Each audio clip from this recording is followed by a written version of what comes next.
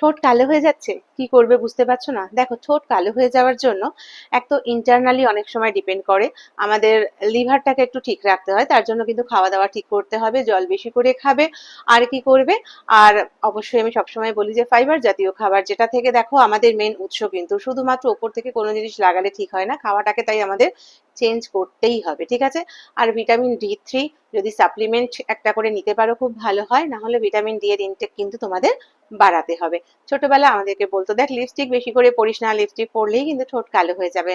হ্যাঁ, সব ক্ষেত্রে কিন্তু সেটা ডিপেন্ড করে না, কারণ ভালো লিপস্টিক লাগালেও কিন্তু অনেক সময় আমাদের ঠোঁট কালো হয়ে যায়। তো কি করবে জেনে নাও, আমন্ড অয়েল যেটা রয়েছে, হ্যাঁ আমরা আলমন্ড অয়েলও বলি, সেটা নেবে। সেটা নিয়ে রাত্রিবেলা শোয়ার সময় ক্লকওয়াইজ 3 বার কি 5 বার এবং অ্যান্টি ক্লকওয়াইজ 3 বার কি 5 বার লাগিয়ে তোমরা রেখে দেবে। ওভারনাইটও রাখতে পারো, কোনো অসুবিধা নেই, শুধু যেন জিভটা না চলে যায় খেয়াল রেখো।